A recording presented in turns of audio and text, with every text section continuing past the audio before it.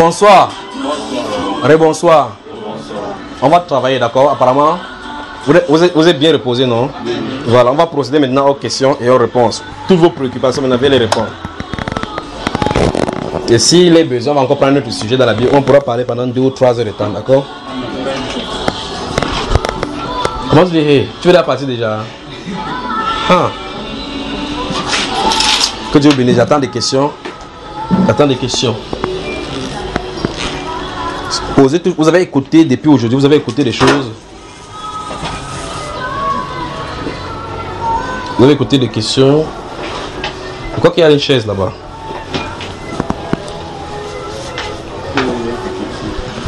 Tu veux qu'on arrête déjà? Tu es fatigué. Ou tu attends maman, que maman vienne te prendre. Tu dois rentrer à la maison. Mais tu veux voir tes frères. On a trop duré déjà. Bon, tu vas aller fêter.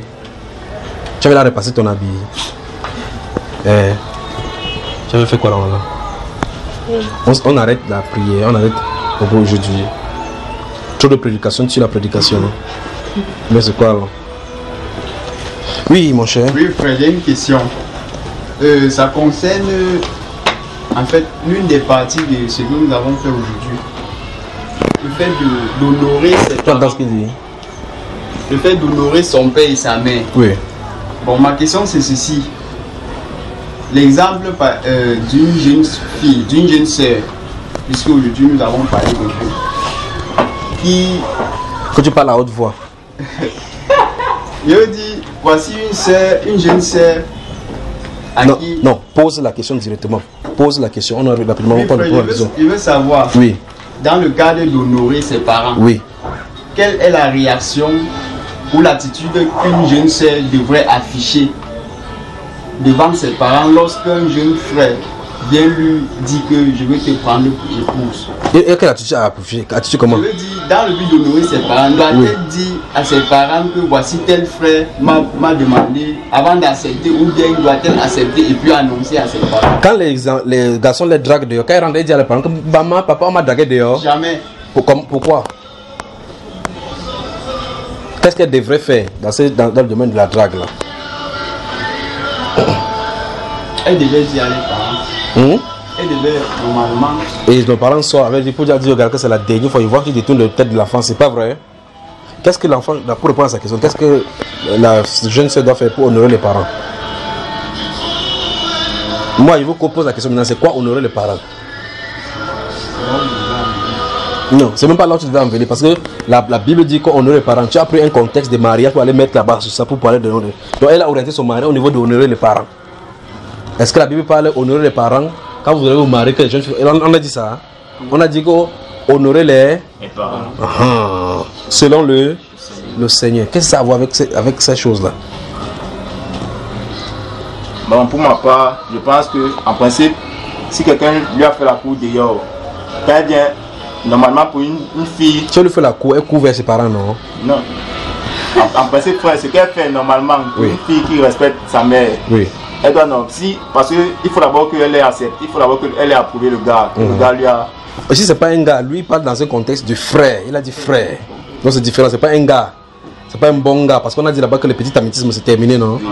C'est pas ça qu'on a dit.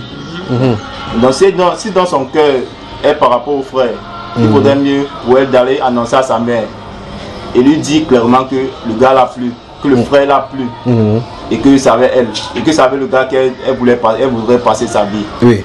Maintenant, c'est son choix. Oui. Si sa mère maintenant doit s'opposer, oui. Si déjà elle consent à ce que son frère, le frère soit avec elle, la mère ne pourra plus rien faire parce que elle a dit ah. Non, c'est mieux, parce que je ne suis pas une femme, c'est mieux qu'on demande aux femmes. D'accord? On commence par là-bas. Madame, la soeur là, la question se pose ici. Concernant tout ce qu'on a vu aujourd'hui par rapport à honorer les parents. Si quelqu'un vous demande la main, vous irez dire à vos parents. On continue ici.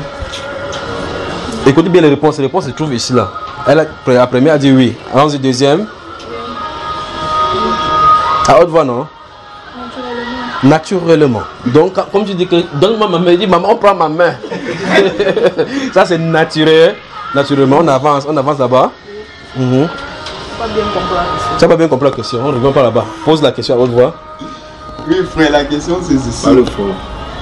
Un frère, est-ce que la jeune sœur devrait aller rencontrer ses parents pour lui dire que voici tel frère m'a demandé en mariage pour accepter, ou bien doit-elle accepter avant d'annoncer à ses parents? Tu vas aller dire à tes parents? Moi, je dirais que c'est pas Oui, c'est oui ou c'est non? Comment? Elle ne connaît pas. Elle est douteuse, oui. Si à l'école, à rentrer à l'école, quelqu'un te dit que je vais t'épouser. Quand tu descends à la maison, tu dis à maman que maman, on a dit à Roland qu'on veut m'épouser. Un frère, hein? Oui. Est-ce que c'est maman qui va se marier? Réponds alors à la question, non? Parce que ça, c'est me demande est-ce que c'est maman qui va se marier à sa place. Donc en clair, tu vas dire quoi? Tu n'as pas besoin de lui dire, non? Non, pas besoin. Mais je ne lui dis pas pour demander son âge. Oui. C'est moi qui vais répondre. Voilà. Parler de la jeunesse du 22e siècle. Allons-y ici. Bon, moi, je dirais si le frère t'intéresse, vous entendez même? Non, frère, on n'entend pas. On va entendre vos réponses là-bas. Si le frère t'intéresse, le choix te revient. Oui. C'est que tu vas dire. Tu acceptes des choses en route. Puis tu vas dire à maman que C'est le choix te revient. si le choix te revient. Oui, ma soeur. Avant de dire oui ou non. Ok, maintenant, à l'issue des informations de tes parents, si tes parents disent que sa tête ne me plaît pas, tu rentres lui dire que passe ta route, c'est ça? C'est-à-dire que le choix de tes parents, c'est ton choix, c'est ça? Je vais être là-bas informé de prendre une décision. Donc, avant de prendre la décision, quand j'ai dans la décision finale. Donc, en clair, si tu ne dis pas encore oui, tu ne dis pas non. Tu peux d'abord dire aux parents. Si les parents disent non, toi aussi, tu ne vas pas avec lui, tu vas dire quoi? Non, ça dépend. Mais dans ce que je ressens pour la personne. Si tu ressens ce qui est bien, tu peux dire quoi? Oui. Alors que tes parents disent, en ce sens, est-ce que tu les honores? C'est là où on touche maintenant le commandement. Réfléchis-y, d'accord? On continue ici. J'irai le dire, sachant d'abord ce qui est dans mon cœur. Et qu'est-ce qui sera dans ton cœur, ma soeur? Si c'est oui. Oui. Si c'est oui, je dirai à ma mère en disant qu'il me plaît. Qui te plaît? Et si ta mère dit que lui il ne me plaît pas, sa tête ne me plaît pas. D'abord, leur famille, c'est une mauvaise famille. Je connais sa grand-mère. Sa grand-mère avait tué tous les gens de sa famille. On les connaît comme les sorciers. En fait, les enfants des serpents sont les serpents. Si tu pars là-bas, oublie-moi. Je vais soulever mon cabas pour te maudire. Si la mère dit comme ça, tu vas dire quoi? Je vais parler avec ma mère et je vais lui faire voir l'exemple. Je vais lui faire voir ce que... Elle refuse de voir, elle dit qu'elle ne veut pas en parler. Donc, le Seigneur va gérer le reste. Le Seigneur va gérer même dans ton cœur, n'est-ce pas? Non, dans mon cœur... Entre le temps, le garçon dit que je veux qu'on se marie demain. Tu dis que le Seigneur va gérer. Donc, en fait, je laisse le reste. Tu laisses entre le mains le Seigneur. Entre temps, ton cœur brûle, n'est-ce pas? On continue ici. Oui. Oui, que quoi? Je vais dire à mes parents. Donc, on se dit que quand tu coupes, tu peux dire à tes parents, n'est-ce pas? Même chose. Voilà. Autre question. Si vous n'avez pas de questions, moi je vais vous poser des questions ici, une à une. Il y en a tonnes de questions ici, comme ça, ici à l'intérieur. Vous me connaissez, non? On peut poser des questions en privé. Nous sommes ici, dans la question. Nous sommes en assemblée, quel procès privé. On a parlé tout à l'heure. Oui, mon cher. Oui, frère, j'ai suivi un de vos enseignements. Apparemment, vous étiez à Qui est ici? Qui est assis ici?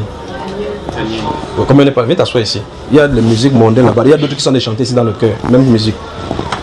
C'est ici derrière moi. Avant que c'est la top que je suis comme ça, au milieu, on a dit qu'on ne chante plus ça. Oui, vas-y, pose la question ici. J'ai suivi un de vos enseignements. Vous étiez à Bafoussam. Oui. Et vous avez dit que est-ce que moi je fabrique les nuits? Vous-même vous avez vu les nuits qui étaient ici hier. Ça vous pensez que c'est moi qui a fait ça, quelque chose comme ça? C'est moi qui ai fait prévenir, c'est une ici. Oui, je voulais savoir c'était quoi. Tu n'étais pas à Bafoussam, ça ne te concerne pas. C'était pour ceux qui étaient là-bas. Quand tu es dans l'Ancien Testament, on dit que la nuit elle suivait. Le colonne de Dieu, tu étais là-bas. C'est le renseignement qu'on nous donne. Point. On continue des questions. Oui, ici mon cher Christian. Oui, dans le livre de Matthieu, le chapitre 6, frère. Oui. Dans la prière modèle. Oui. Le Seigneur Jésus nous recommande de pardonner, afin que le Père puisse nous pardonner. Oui. J'aimerais savoir concrètement la différence entre le pardon et la réconciliation. Le pardon implique automatiquement la réconciliation. Il peut avoir la réconciliation sans pardon, mais il ne doit pas avoir pardon sans réconciliation. Il peut avoir réconciliation sans pardon. Par exemple, cette soeur-ci et ses frères ont des problèmes. Ils ne se parlent pas. Quelqu'un vient. Quand celui-là vient, on l'appelle qui? Médiateur. Je viens jouer médiateur, c'est pour faire qu'il y ait entente. Il dit qu'est-ce que tu as fait? Il donne sa part des choses. Et qu'est-ce qu'il t'a fait? Elle dit sa part des choses. Maintenant je le mets sur le terrain d'entendre que pardonne. Celui-ci peut dire parce que je ne suis pas Dieu, il dit que je lui ai pardonné, ok je te pardonne. En ce salon comme ça. Je te pardonne. Vous voyez la façon que j'ai fait, non? Je te pardonne. Il a pardonné. Maintenant après il dit qu'il y a une réconciliation entre les deux. Mais le pardon implique automatiquement la réconciliation. C'est la loi de la croix. La loi de la croix veut que l'homme et Dieu étaient ennemis. Par la croix, Christ a réconcilié les hommes en leur accordant le pardon. Donc, maintenant qu'on a la paix avec Dieu, on peut causer avec Dieu, puisqu'on a pris quelque chose qui nous crée comme problème. Mais lorsqu'il y a réconciliation sans pardon, les choses qui créent obstacle se trouvent à l'intérieur des cœurs. Et donc ça, il faut que ça soit enlevé. Ce n'est qu'enlevé à cause du pardon. Et en dehors du pardon, il n'y a pas de possibilité de réconcilier. S'il y a réconciliation sans le véritable pardon dont on parle la Bible là-bas. Dans le livre de Luc, la Bible déclare, le Seigneur Jésus a dit que si ton frère pêche contre toi 7 fois et que 7 fois le jour il vient te demander pardon, tu dois lui pardonner. Ça veut dire que les choses que tu lui reprochais, tu vas devoir considérer ça comme non existantes. En ce temps-là, la réconciliation entre nations, la réconciliation normale entre nations. Sinon, il y aura de l'amertume, il y aura des rétributions, il y aura la soif de vengeance et la soif de vouloir faire la même chose ou bien de faire du mal pour que la personne endure ce que tu as enduré. Vous comprenez, n'est-ce pas? Donc, point de pardon sans réconciliation. Mais il peut y avoir des réconciliations sans pardon. Donc, en réalité, ce n'est pas une réconciliation comme on le dit. Il peut y avoir donc la réconciliation de façade. D'accord? Autre question? Oui, prenons ici. C'est dans le Proverbe 16. Si vous parlez à cette voix-là, il est parti. Proverbe 16. Oui.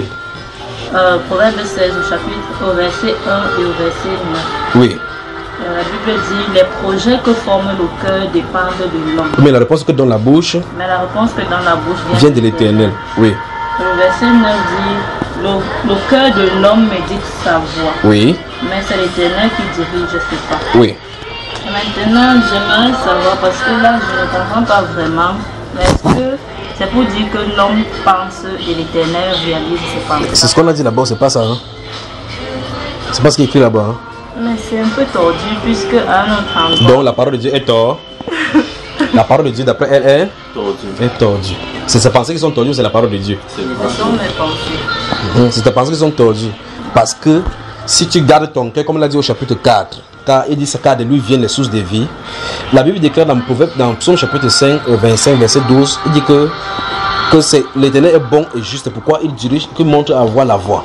Cette voie-là sont plantées dans son cœur. Donc les projets et votre avenir en réalité, c'est planté dans votre cœur par prédestination. Le vrai problème maintenant, c'est que plusieurs autres choses, des standards comme on est en train de parler dans les enseignements, viennent étouffer cela. Un peu comme par exemple, vous mettriez votre habit, vous connaissez quand vous avez les habits sales, le pot où vous mettez, on met les habits, vous appelez quoi? Le panier d'habits. Vous avez mis un habit propre là-bas, les gens veulent mélanger avec l'habit sale. Il y a l'habit propre à l'intérieur, mais dans tellement nombreux, il faut fouiller pour enlever l'habit propre. Vous voyez, n'est-ce pas? C'est comme ça. Donc quand Dieu te crée, par prédestination, il met sa pensée dans ton cœur. Ce que tu es censé faire, ton devenir, ça se trouve là-bas. Pour qu'il te montre ça, pour que tu connaisses le plan physique, ça vient non par la vision, par révélation. Ce que vous voyez par vision sort de l'intérieur. Tu sais tout simplement que tu es censé faire ces choses. Et ça se fait de temps en temps que quand tu fais ces choses, tu réalises, tu as la paix à l'intérieur et tu es en harmonie, tu aimes la chose que tu es en train de faire. Vous savez, n'est-ce pas? Le vrai problème maintenant, c'est que les choses viennent étouffer.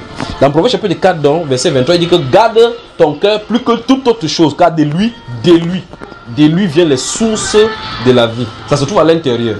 D'accord? La Bible déclare que les projets dans le cœur de l'homme sont des eaux profondes. L'homme sage sait y puiser. Donc ça se trouve à l'intérieur du puits. Le problème c'est qu'on a versé beaucoup de choses, comme dans un puits d'eau. On a versé beaucoup de choses de cailloux. Il faut puiser cette eau, l'eau qui est propre à l'intérieur.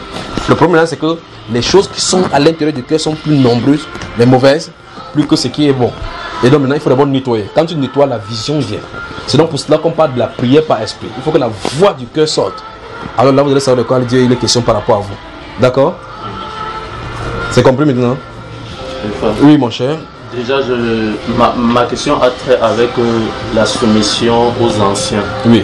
Notamment les conducteurs. Je voudrais déjà savoir premièrement si est-ce que le Seigneur peut établir quelqu'un conducteur et que celui-là refuse d'agir selon le Seigneur et agisse tel que lui pense. Et que Dieu le maintienne dans son œuvre. Oui. Comment reconnaître donc un serviteur du Seigneur marche d'après les instructions du Seigneur ou a mis les instructions du Seigneur de côté pour marcher d'après ce que lui pense? Il faut faire ce qu'il veut le dire là-bas. Il faut que ton cœur soit nettoyé pour que tu entendes sa voix, pour qu'il te dise clairement ce qu'il en est, s'il est dans l'erreur. Parce que très souvent, pointe le doigt sur cette soeur-ci. Tu vois, quand tu as combien de doigts sont pointés contre lui, pour elle? Combien est contre toi? 3. Et combien contre celui-ci monte par où?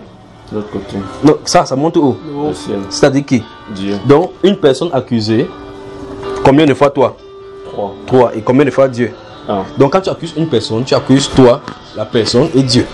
Et toi, le plus grave. Non, je ne suis pas au niveau de la plaque. Non, suis attentivement ce que je viens de dire. Tu as dit comment savoir si telle personne a quitté l'instruction. Tu n'es pas ancien, donc ta part, ce n'est pas de savoir ce que l'ancien fait.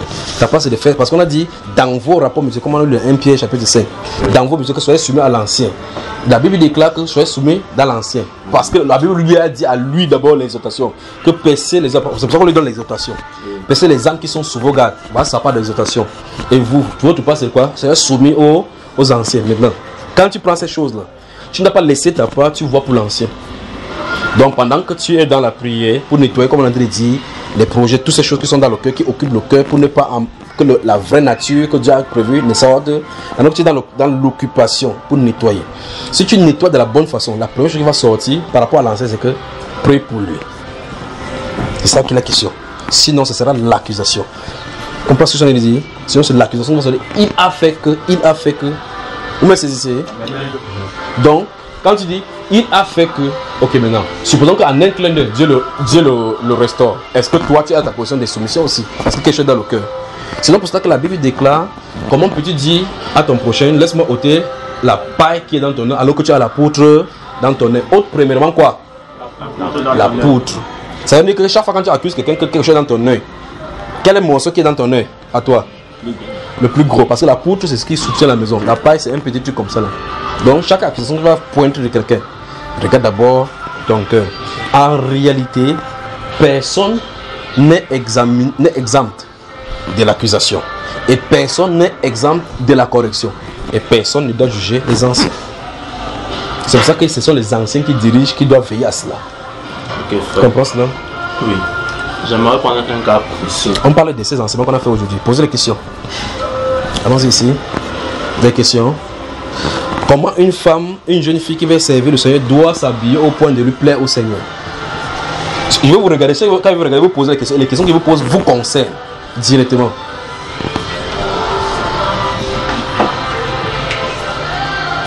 Ouais, comment vous avez fait tout et tout pour vous habiller ici comme Madeleine, Sainte Madeleine, non? Vous avez vu comment vous toutes là, vous avez fait l'effort, il dit bien, l'effort pour vous habiller comme Sainte Madeleine, ou bien Sainte Marie de Magdala, ou bien Marie tout court, de Mère de Jésus, pas vrai? Mais quand vous êtes seul, répondez-moi directement, c'est comme ça que vous vous habillez, qui n'est pas dans la tendance rianique. Hein les filles? Comment vous regardez maintenant par la porte maintenant? C'est à moi, je pose la question. J'ai dit posez-moi la question, vous ne posez pas moi, je vous en pose. C'est ça ou c'est pas ça? C'est ça. Bon, elle a dit que c'est une question privée. Que comment je la dois seulement, est-ce qu'elle est seule ici? Je pose la question ici. Oui, je voulais savoir aussi également, dans Matthieu chapitre 4. Tu entends? Hein? Tu me suis, non? Il disait tantôt que dans Matthieu le chapitre 4, on nous présente là-bas le Saint-Esprit qui amène Jésus au désert pour être tenté. Oui. Dans Jacques, le chapitre 1, le verset 13, on peut comprendre que Dieu ne peut tenter personne. Est-ce que la chapitre 4, on a dit que le Saint-Esprit l'a tenté? Non. Mais on a dit que le Saint-Esprit l'a amené pour qu'il soit tenté. Mais on n'a pas dit que c'est lui qui tente. Ça ne se contredit pas. On n'a pas dit que Dieu ne tente personne. On n'a pas dit qu'il ne peut pas te conduire là-bas. Donc, là où tu es, ce n'est pas Dieu qui t'a conduit ici. Amen. C'est Dieu qui t'a conduit. Oui. Quand les gens qui voyagent, Dieu les conduit. On dit parce que on ne sait pas à l'homme lorsqu'il marche à diriger, c'est pas vrai. Exact. Le chapitre 16, verset 4 du chapitre 16, lis-nous ça. Chapitre 16 des Proverbes. Tu étais au chapitre 16, verset 1 et verset 9 aujourd'hui. Lis le verset 4 du chapitre 16, vois. Écoute ici, hein.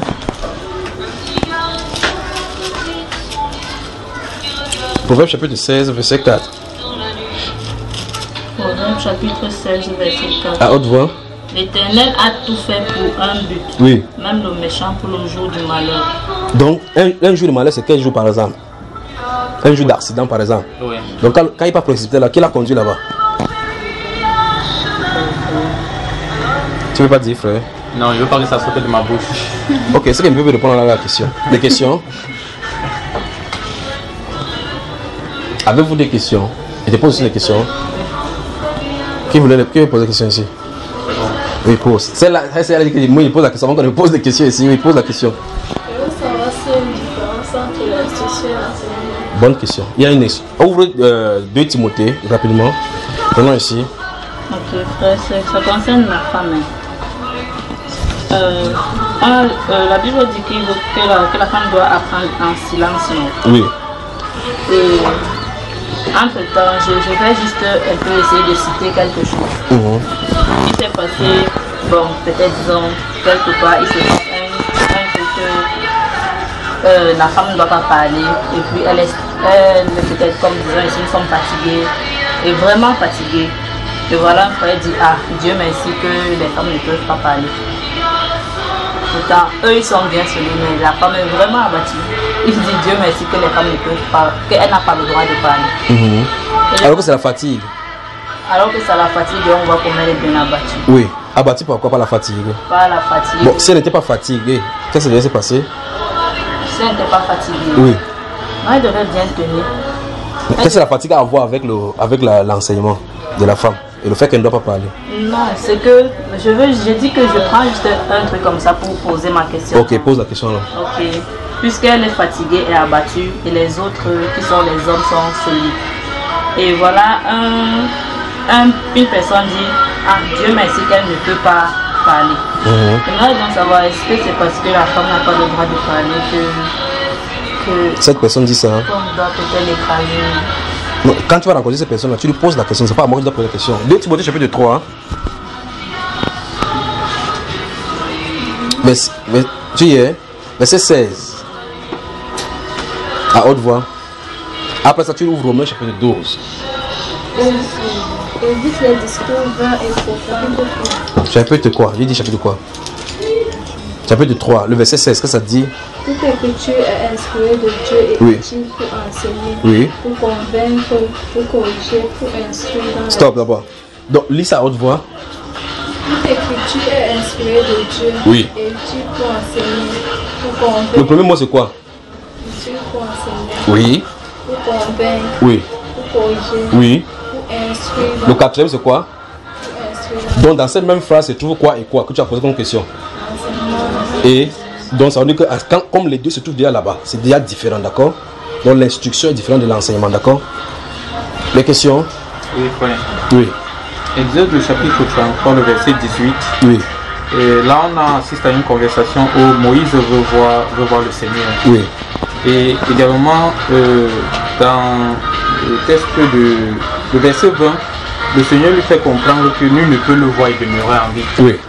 Par contre, en Genèse, le chapitre 18, on fait comprendre qu'il a dîné avec Abraham. Oui. Comment est-ce qu'on peut comprendre ça? Et également aussi dans le Nouveau Testament, il est venu sur la forme humaine à travers le Jésus-Christ. Comment comprendre ça que nous avions vu ce Dieu, nous avons touché? Et alors qu'il s'est dit que nul ne peut le voir et demeurer en vie. Dieu avec quelle forme alors? Pardon? Dieu qui l'avait vu, il avait quelle forme? Dieu qui avait vu qui? Dieu qui avait mangé avec Moïse, il avait quelle forme? Avec Abraham, pardon. Avec Abraham. Mais il a mangé aussi avec Moïse. Avec Moïse. Il y avait 70 personnes, ils ont vu même ses pieds. Bon, justement, je vais savoir qu'est-ce qu'il dit ici qu'on ne peut pas voir et demeurer en vie. Ils avaient vu quelle forme d'abord? Quand on lit le verset, on comprend que c'était une forme humaine. Ouvre Jean chapitre 4. Ouvre ta Bible rapidement, avant qu'on continue. Pendant que tu ouvres, des questions?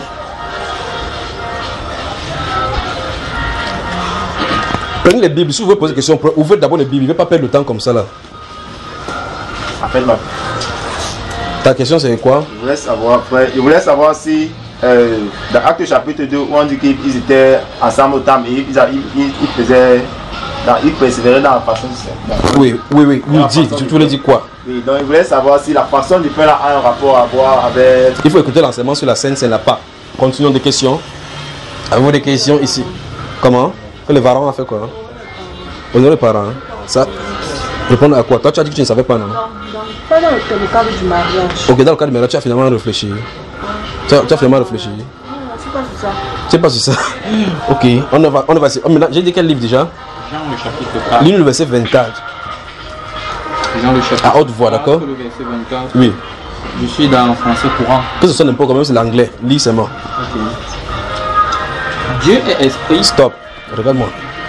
On a dit quoi, moi? Dieu est esprit. Toi, tu as dit qu'ils avaient vu quoi? S'ils avaient vu Dieu. Quel genre de Dieu? On a dit Dieu est humain ou Dieu est esprit? Dieu est esprit. Mais ils avaient vu quoi donc? Donc ça veut dire qu'ils ont vu un esprit. Il va tomber évanoui. Vous voulez qu'il tombe évanoui? La Bible déclare que Dieu est comment? Que Dieu est esprit. Quand tu as dit qu'Abraham avait mangé avec qui? Il avait mangé avec le Seigneur. C'était qui ça? C'était Dieu avec qui il mangeait.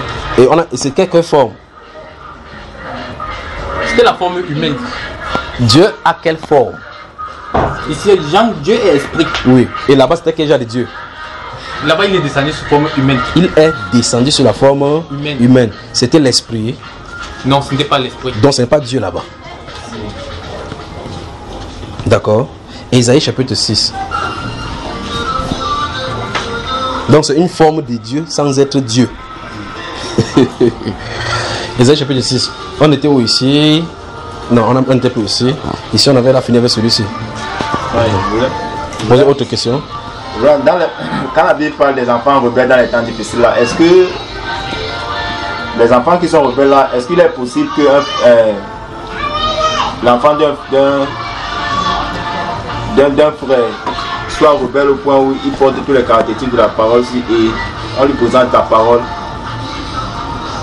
ton frère non laissant la question? Donc, il n'y a même pas une question en réalité, non? Allons-y, verset 1. L'année de la mort du roi Osias. C'est l'année où mourut le roi Osias. Oui. Dans une vision, j'aperçus le Seigneur assis sur un trône très élevé. Oui. Il a aperçu qui? Le Seigneur. Oui. Assis sur un trône très élevé. Oui. Les pans de son manteau remplissaient le temple. Comment? Les pans. Donc l'esprit avait porté le manteau même. De son manteau remplissait le temple. Oui. Des anges flamboyants se tenaient au-dessus. Tu parles des français courants. On continue. Il avait chacun 6 ailes. 2 leur servaient à se cacher le visage, 2 à se voiler le corps et 2 à voler. Ils criaient l'un à l'autre, Saint, Saint, Saint, le Seigneur de l'univers. La terre entière est remplie de sa glorieuse présence. Oui. Maintenant, quelle est la réaction d'Ésaïe? Continue, frère. Le verset 4. Leur voix faisait trembler les portes sur leurs pivots. Et le temple se remplit de fumée. Oui. Tu as suivi la fumée là, non? Je dis alors, hélas, me voilà condamné au silence, car mes lèvres sont indignes de Dieu. Et j'appartiens à un peuple aux lèvres tout aussi indignes de lui. Lis-nous exactement l'endroit. Écoute bien ici. Alors je dis, malheur à moi, je suis perdu, car je suis un homme dont les lèvres sont impures. J'habite au milieu d'un peuple dont les lèvres sont impures. Et mes yeux ont vu le roi, l'Éternel des armées. Lorsque vous allez, on dit que ses yeux ont vu le roi, l'Éternel des armées. Il dit qu'il est fini parce qu'il vient de voir cela. Quand vous allez lire le livre des Juges au chapitre 3, 13, lorsque Manoach et sa femme vont voir cette femme, la maman de Samson, quand on va voir l'ange de l'Éternel, il va encore dire que oh, on est fini. Quand il va entendre le feu va disparaître, on dit qu'on est fini. On a vu l'ange de l'Éternel, on est fini parce qu'ils savent qu'on ne peut pas voir. Mais Jésus vient dans la nouvelle alliance dans Jean, il dit personne n'a jamais vu Dieu. C'est pas ça? Il dit personne n'a jamais vu le Père. Abraham avait vu qui alors? Son petit-fils a même bagarre avec lui, pas vrai? Exact. Mais ses frères, exactement. Et Isaïe dit qu'il a vu le roi des rois, le Seigneur de l'univers. Au point où quand les anges chantaient Saint, Saint, Saint, toutes les portes étaient ébranlées, pas vrai? Et Ézéchiel en a vu, au chapitre 5 d'Ézéchiel, ça décrit comment au-dessus de lui était une forme d'homme, était assis là-bas. Au point au-dessus de lui, il y avait l'arc, dans le soleil dans lequel était cet homme, n'est-ce pas? Il était tellement glorieux au point où les trônes étaient faits de chérubins. C'est pas ça? C'est ça. Mais Jésus se tient là-bas, il dit personne n'a jamais vu Dieu. C'est pas ça? C'est ça. Alors dis-moi alors, qu'est-ce que ces gens-là voyaient? La photocopie. C'est la photocopie. Mais je me dis peut-être que c'était... Bon, maintenant, quand il a dit ça, un de ses disciples a dit Seigneur, ok, comme personne n'a jamais vu, montre-nous-le. le Père, cela nous suffit. Qu'est-ce qu'il a dit? Il a fait comprendre que depuis qu'il a vécu, ils n'ont pas vu le Père. Donc qui est le Père alors? Jésus lui-même. Bon, depuis qu'ils sont là-bas, tous les gens qui le voyaient le toucher, quelqu'un est mort. Personne n'est mort. Bon, comment donc comprendre que nous ne pouvons voir Dieu et ne pas mourir? C'est ça le problème. C'est ça, c'est un vrai problème, vraiment. Toi, tu vois que c'est un problème, non? Donc la Bible, c'est un problème. Donc mieux on lit comme ça, on obéit. C'est pas ça, mon frère? Des questions? Des questions? Tu es mort depuis que tu as vu Jésus? Bon, l'apôtre de Pierre qui a vu, il est mort. Il mangeait au milieu de l'assemblée, c'est tout comme ça. Il dit, tes femmes, tu es délivré des infirmités. Tes péchés se sont pardonnés. Les gens ont déchiré la Bible que merde. Qui peut pardonner le péché alors que Dieu? Il dit que même sur la terre, je peux pardonner toujours le même péché. Ce n'est pas seulement au ciel que je pardonne le péché. C'est ce qu'il dit. C'est ce qu'il dit pas.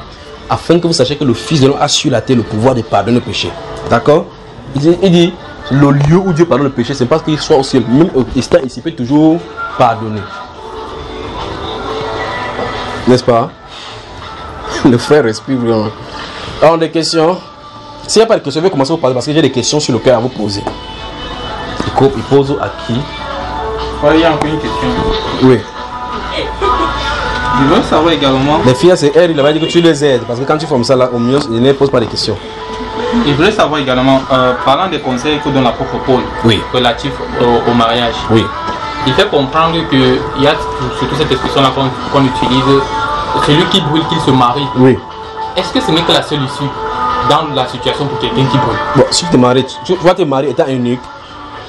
Étant unique? Oui. Non. Parce que tu n'as pas de brûlure, non? C'est pas ça, hein? Je comprends. C'est l'incontinence qui fait que cela, n'est-ce pas? Effectivement. Voilà. Par les temps qui courent, il dit qu'il n'est pas bon de se marier. Tu comprends? Effectivement. Ne te marie pas, toi, frère.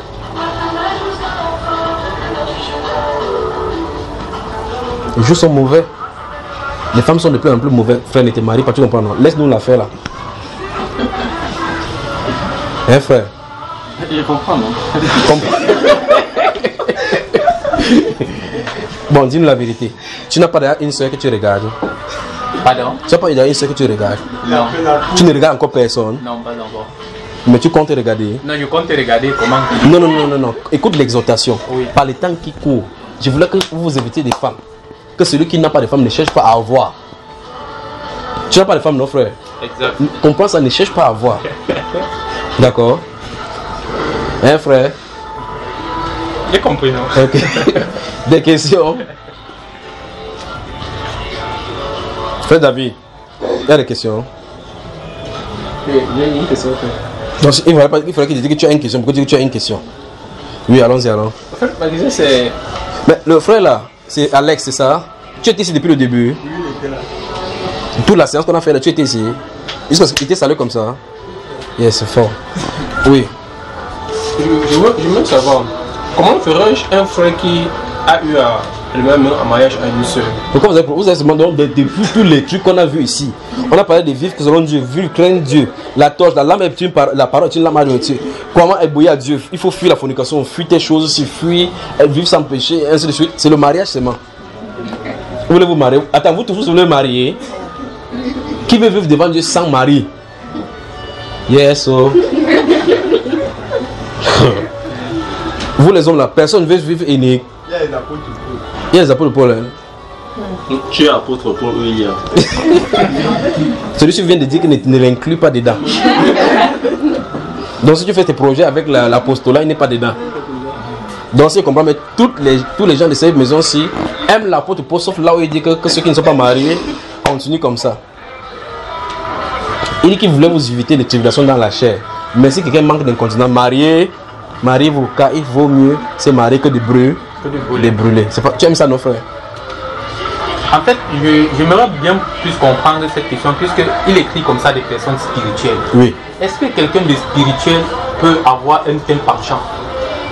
Pardon? Quelqu'un spirituel peut accoucher d'enfants? Hein? Oui. Comment on fait pour aller accoucher d'enfants? On n'accouche pas un enfant spirituellement, d'accord, frère? Même si tu es spirituel, n'importe comment, tu accouches l'enfant comment? Charnellement.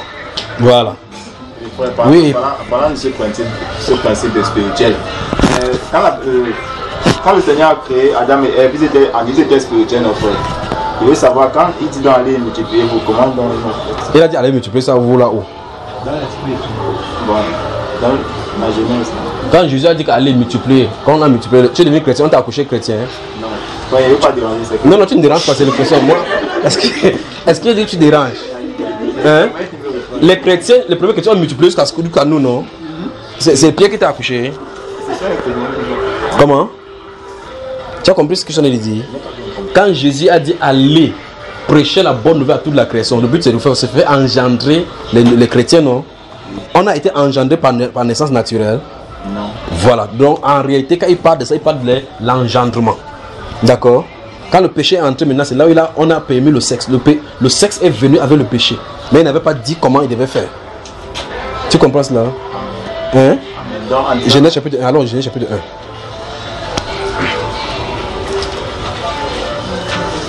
1. Vous remarquez que maintenant vous êtes engendré, on prêche sur vous comme ça, vous êtes engendré, non? Hein? Quand Dieu lui dit, est-ce que Dieu peut dire que l'écureuil sort ici, l'écureuil sort? Amen. Que le singe sort ici, sort, sans passer par un autre singe? Amen.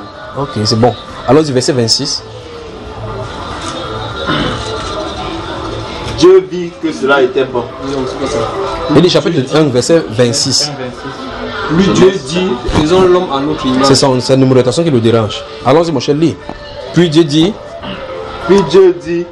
faisons l'homme à notre image, selon notre ressemblance, et qu'il domine sur les poissons de la mer, sur les oiseaux du ciel, sur le bétail, sur toute la terre, et sur tous les reptiles qui rampent sur la terre. Oui. Continue. Dieu créa l'homme à son image, il le créa à l'image de Dieu. Il créa l'homme et la femme. Dieu les bénit, et Dieu leur dit, soyez féconds, multipliez, 2, remplissez la terre, 3, et l'assujettissez. Voilà l'ordre qu'il a donné à la création. Comment multiplier, comment assujettir, comment être fécond, comment? Seulement en temps charnel. En fait, c'est parce que tu es dans l'état charnel maintenant. Si tu étais dans cette étape, tu ne devais pas savoir comment de le faire. C'est pour ça qu'au chapitre 3, ça finit en disant que l'homme était nu avec sa femme, mais il n'en avait point honte. Donc il ne savait pas ce qu'il fait avec cette chair-là. C'est comme ça que ça finit dans le chapitre 3, verset 25. Le dernier verset du chapitre 3. D'accord? Donc il ne savait pas ce qu'il fait jusqu'à ce que le serpent entre au milieu pour leur expliquer. Des questions là? Oui, frère, il voudrait qu'on sorte un peu en Genèse là. Oui. Genèse, le chapitre 1, nous parle de la création. Et cela achève avec la fin du verset qui fait comprendre que Dieu créa le ciel et la terre en 6 jours, le 7e jour se reposa. Oui. Mais quand on avance au niveau du verset 4 du chapitre 2, oui, c'est comme si on assiste encore à une récréation. Non, une réexplication, plus en profondeur. Ce n'est pas une récréation de la vie. Il y a 2 créations, frère. Non, c'est ce que je voulais savoir. C'est une réexplication. Il y a eu 2 terres. Il y a eu 2 verdures que Dieu a créées. Là-bas, voilà l'homme qu'on a créé, non? Au chapitre 1, non? Le verset 18 dit quoi? Du chapitre 2 là. Le verset 18 du chapitre 2 dit: le Seigneur Dieu se dit. Non, laisse ta version là, pardon. Lis-nous du verset 18 ici, chapitre 2. Chapitre 2, verset 18. Allons-y. L'Éternel Dieu dit: il n'est pas bon que l'homme soit seul. Oui. Je lui ferai une aide semblable à lui. Oui. L'Éternel Dieu forma de la terre tous les animaux des champs et tous les oiseaux du ciel. Oui. Et il les fit venir vers l'homme pour voir comment il les appellerait. Oui. Et afin que tout être vivant portât le nom que lui donnerait l'homme. Oui. Et l'homme donna des noms à tout le bétail, aux oiseaux du ciel et à tous les animaux des champs. Mais pour l'homme, il ne trouva point d'aide semblable à lui. Alors l'Éternel Dieu fit tomber un profond sommeil sur l'homme, qui s'endormit. Il prit de ses côtes et renferma la chair à sa place. La personne qui a donné le nom des animaux, on l'appelle comment? Adam. Adam. Oui, continue ici. L'Éternel Dieu forma une femme de la côte qu'il avait prise de l'homme. Stop. Rentrons au chapitre 1, toi. Lis-nous le verset 27. Le verset 27 dit: Dieu créa les êtres humains comme une image de lui-même. Il les créa hommes et femmes. Bon, donc combien d'Adam il a créé? Ici, si je regarde, on dit Dieu créa les êtres humains comme une image de lui-même. Il les créa hommes et femmes. il a créé un seul Adam. Et combien de femmes? Une seule. Ce qu'on a au chapitre 2, là, c'est lequel Adam encore? Là-bas, on a dit qu'il fait tomber le sommet sur l'homme et il a pris une côte, il a fermé la place pour faire la femme, non? Exact. Mais ici, on veut dire qu'il a créé l'homme et la femme. On a seulement dit que l'homme et la femme ont déjà été créés. Mais là, par la suite, on vient maintenant donner au chapitre 2 le processus, comment il a fait pour faire la femme. Ce n'est pas une nouvelle création, on a d'expliquer ce qu'on a dit là-bas. Là-bas, on n'a pas donné les détails. Maintenant, ici, on donne les détails. D'accord? Est-ce que tu sais que tu as été créé à partir de l'eau normalement? Exact, je sais, frère. Le texte d'un Jean chapitre 5, le verset 16. Oui. C'est quoi le péché qui mène à la mort? Il faut écouter donc attention au blasphème contre le Saint-Esprit. Ce type d'enseignement. Attention au blasphème contre le Saint-Esprit. D'accord? Autre question? Maintenant, vous posez n'importe quelle question. Maintenant, si ça a travaillé l'enseignement, vous renvoie rapidement. Des questions, les jeunes femmes. Il y a des femmes uniques ici. Il y a des femmes, toutes les femmes veulent se marier. Tous les hommes veulent se marier. Ouais, il y a une question. Oui. Je veux savoir si c'est obligé que j'épouse une femme ici.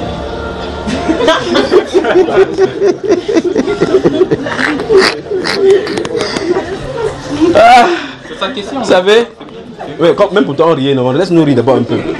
Vous savez, il y a des formes à l'université. Dans le monde, il y a des formes. Au point où Léo demande que merde. Les sœurs s'habillent bizarrement. Quand je regarde ici, ils ne voient même pas mon nez. Ok. Donc quand ils guettent comme ça, vous savez pourquoi les goûts doivent être changés. Les standards doivent être changés. Les choses vertueuses doivent venir sur le cœur. Que tout ce qui est pur, tout ce qui est vertueux, tout ce qui mérite la loi soit l'objet de vos pensées. Donc quand ils guettent comme ça, ils regardent les formes de l'hygiène, faire le président, ils disent non. Les sœurs ici, toujours avec Kaba. Frère, je nous dis qu'on va jusqu'en bas ici là. Après, pose la question, est-ce que c'est obligé que ce soit ici au milieu qu'il trouve sa femme? Il y a une loi qui dit que trouver votre femme dans votre milieu, même dehors, même ici dans ce milieu-ci, la Bible dit que pour que tu trouves, il faut que Dieu t'ait aimé grave. Parce que si Dieu te laisse que tu trouves ta femme que j'ai créée pour toi, tu vas savoir ce qu'il est question de comment c'est difficile pour les trouver. On dit celui qui trouve une femme trouve quoi? Le bonheur, car c'est un don qu'il obtient de la part. Il faut que Dieu puisse parler que Léo, ta fille, ce n'est pas la fille qui a la forme que tu regardes là. Tu dois savoir de quoi question. C'est pour ça que votre cœur doit être nettoyé. Pour que ce soit votre femme à vous qui vient. Si ce n'est pas comme ça, oubliez, vous allez faire le mauvais choix. Faire le mauvais choix, ça veut dire que désormais tu dis que si c'était je regrette ces maudits jours où je t'ai rencontré. Comme ça va arriver. Donc les formes, parce que si elle fait comme ça là, tu dis que waouh, tu marches bien. Attends que le bain qui casse ses pieds, elle fait maintenant comme ça. Tu vas savoir que la démarche n'était pas une bonne démarche. Des questions?